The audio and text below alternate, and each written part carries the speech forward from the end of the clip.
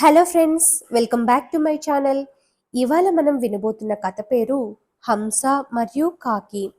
Friends, మీరు కానీ first time మా ఛానల్ని చూస్తున్నట్లయితే ప్లీజ్ సబ్స్క్రైబ్ చేసుకోండి. అలాగే ఈ వీడియోని లైక్ చేయండి. అలాగే వీడియో ఎలా ఉందో కామెంట్స్ రూపంలో మాకు తెలియజేయండి. అలాగే మీకు ఏమైనా కొత్త కథలు కావాలన్నా కామెంట్ చేయండి. మరి ఎందుకు ఆలస్యం, ఫస్ట్ కథ వినేద్దామా? ఒక పట్టణంలో ధనవంతులైన వైశ్యులు ఉన్నారు. వారు వ్యాపారాలు చేసి బాగా డబ్బు సంపాదించారు. పలు సందర్భాలలో ఏదో ఒక ఇంట్లో శుభకార్యాలు జరిగేవి. అటువంటి తరుణంలో పంచభక్ష పరమాన్నాలతో భోజనం చేసిన జనం ఒక చేతులు కడుక్కునేవారు.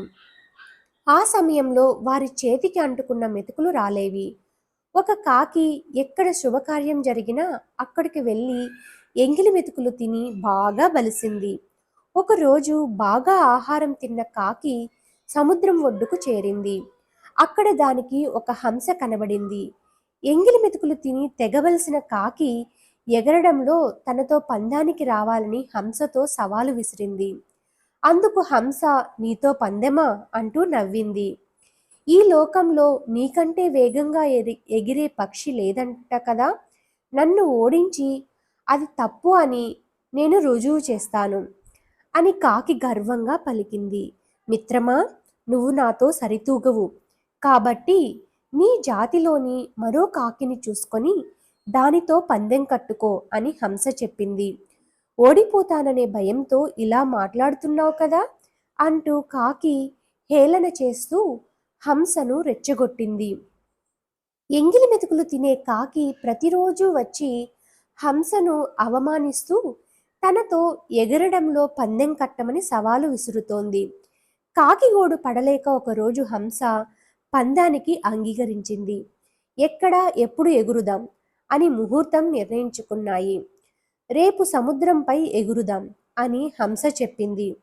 అందుకు కాకి అంగీకరించింది. మరుసటి రోజు ఒక చోట శుభకార్యం జరిగితే కాకి దిట్టంగా ఎంగిలి మెతుకులు తిని పోటీకి వచ్చింది. రెండు పక్షులు సముద్రం పైన ఎగరడం ప్రారంభించాయి. హంస సముద్రం వైపుకు దూసుకుని వెళ్తుంది. కాకి కూడా దాన్ని అనుసరించి చాలాసేపు ఎగురుతూ పయనించింది. హంస వేగం పెంచింది. తీరం నుండి సముద్రం వైపుకు చాలా దూరం వెళ్ళిపోయాయి. ఎక్కడ చూసినా నీరు మాత్రమే కనిపించింది. నేల అనేది కనబడడం లేదు. కాకి ఎగరలేకపోతోంది. హాయిగా దొరికిన ఎంగిలి మెతుకులు తిని కూర్చోక అనవసరంగా ఈ హంసతో పందెం కట్టాను. నేను ఎగరలేకపోతున్నాను. ఏ క్షణంలో అయినా నేను సముద్రంలో పడిపోతే దిక్కులేని చావు చేస్తాను. నన్ను రక్షించే నాదుడు లేడా అనుకుంటూ ఏడవసాగింది. కాకి బలహీనపడింది. దానికి కళ్ళు తిరగసాగాయి. ఎగరలేక కాకి క్రింద పడసాగింది. ఈ దృశ్యాన్ని హంస గమనించి చావబోతూ ఏడుస్తున్న కాకిపై జాలి కలిగింది. సముద్రంలో పడిపోతున్న కాకిని తన పైకి చేర్చుకుంది. కాకి సొమ్మసిల్లి హంస వీపుపై పడిపోయింది. ఇక హంస వెనుదిరిగి కాకిని తీరంపై పడేసింది. కొంతసేపటికి స్పృహలోకి వచ్చిన కాకి, ఇలాంటి చేతకాని పనులు ఎప్పుడూ చేయను, నన్ను క్షమించు హంసరాజా అంటూ వేడుకొని తన దారిన తాను వెళ్ళిపోయింది.